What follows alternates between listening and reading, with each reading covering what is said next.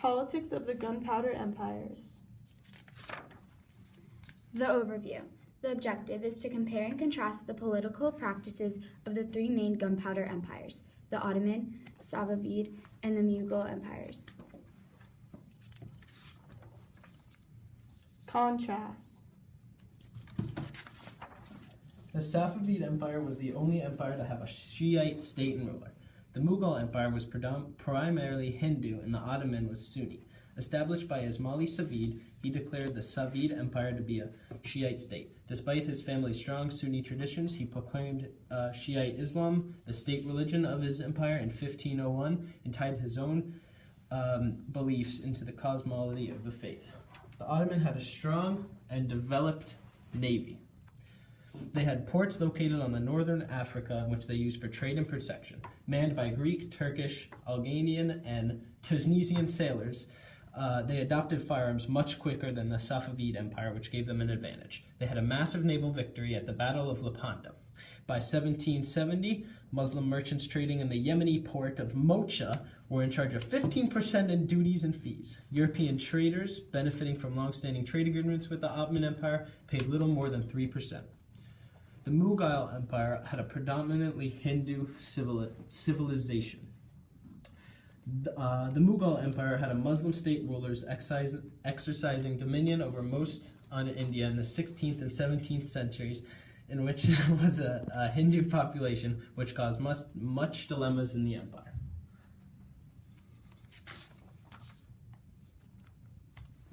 The Ottoman Empire peaked before all of the other empires. The Ottoman Empire peaked in 1520 to 1566, and the Ottoman Empire was the most powerful and best organized state in either Europe or the Islamic world at that time.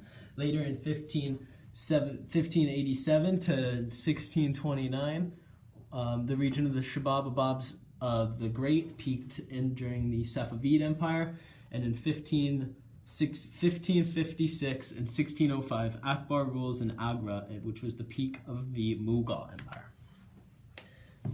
The Mughal Empire had a unique Manasabi systems.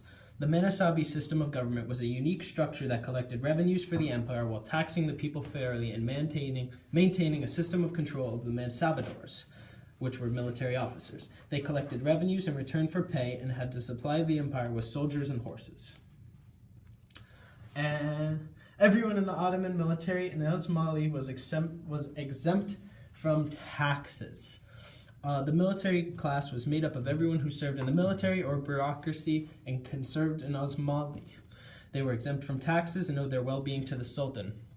The Arai paid taxes that supported both the Sultan and the military, and the Sultan government were made completely isolated from the lives of most subjects.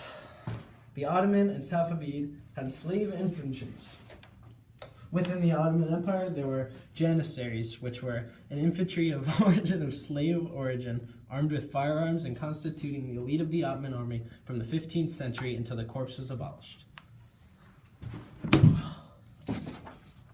In the Ottoman Empire, all the populace were given the same rights. In the Mughal Empire, leadership positions were hereditary, while in the Safavid Empire, higher positions were given based on merit and could be held by foreigners. In the Safavid Empire, the emperor claimed that as the political ruler of the country, he was qualified to know the hidden imam's wishes and could act as a mediator node between him and the rest of the population, while the other empires did not have any religious justifications behind their governments. The capital city of the Ottoman Empire was in a more urban area and was in a closer proximity to the harbor, while the Safavid capital was in a more secluded location far from sea. Europeans often visited Istanbul, the capital for the Ottoman Empire, while Isfahan was rarely visited by the Europeans. The Istanbul capital was elevated and boasted a skyline, while the Safavid capital was more rural and spacious.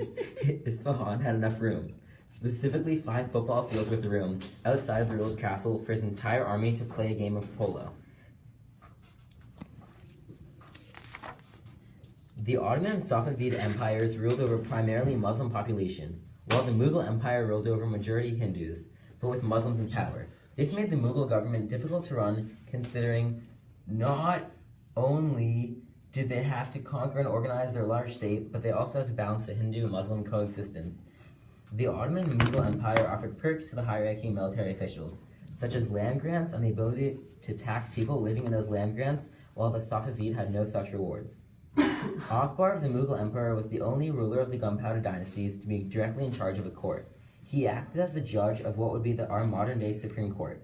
In the court, he conducted business by mixing Muslim and Hindu traditions that lasted for almost a century after his death.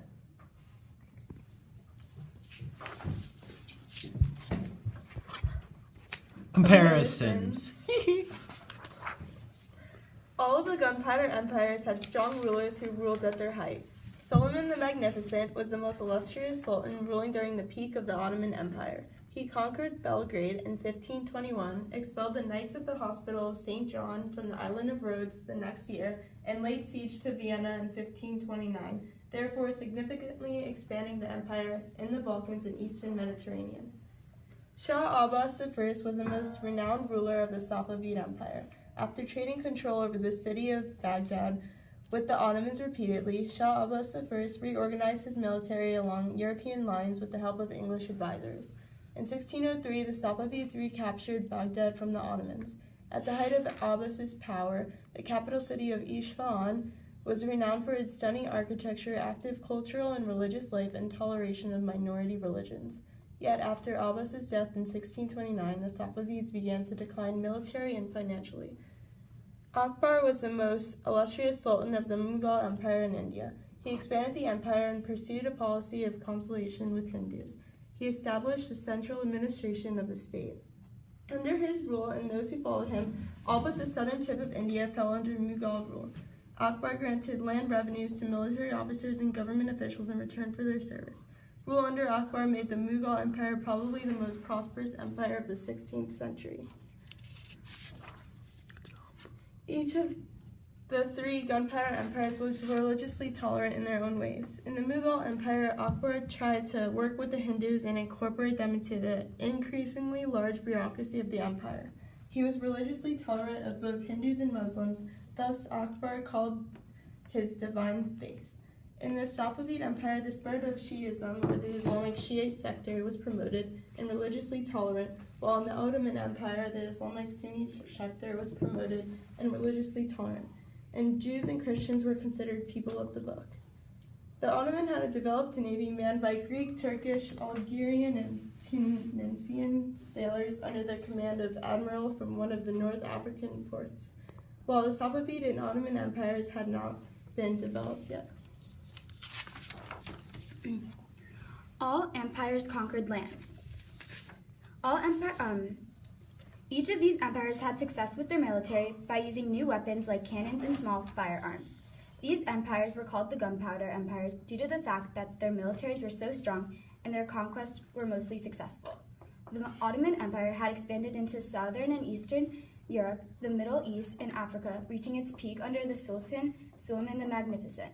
Reaching its heights during the 16th and 17th centuries, the Safavid Empire covered all of Iran, Iraq, and parts of Turkey. The Mughal Empire conquered most of India under Akbar, Babur's grandson.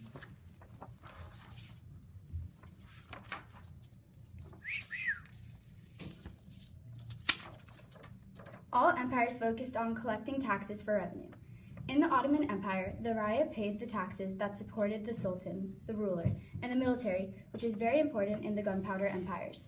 The cavalrymen in the Ottoman Empire also collected taxes, maintained order, and reported to fight each summer with their horses. Also, in all empires, tax farmers paid a special tax that allowed them to be tax collectors. As well as holders of land grants, these people were privileged and gained more money by collecting more than what the bureaucracy tax was needed. In both the Ottoman and Safavid empires, the idea of using slaves as part of their military was a common practice. In the Ottoman Empire, the conquest of Christian territories gave the Ottomans access to a new military resource. Christian prisoners converted to Islam and were called Janissaries. These troops fought on foot and learned how to use guns. Janissaries lived in barracks and trained all year round. The process grew in the Ottoman Empire as they started a new system called the Devshirme in the early 15th century.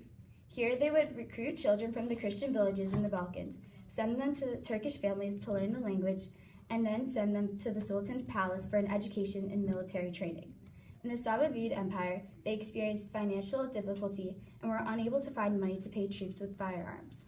Shah Abbas established a slave corps of year-round soldiers and armed them with guns.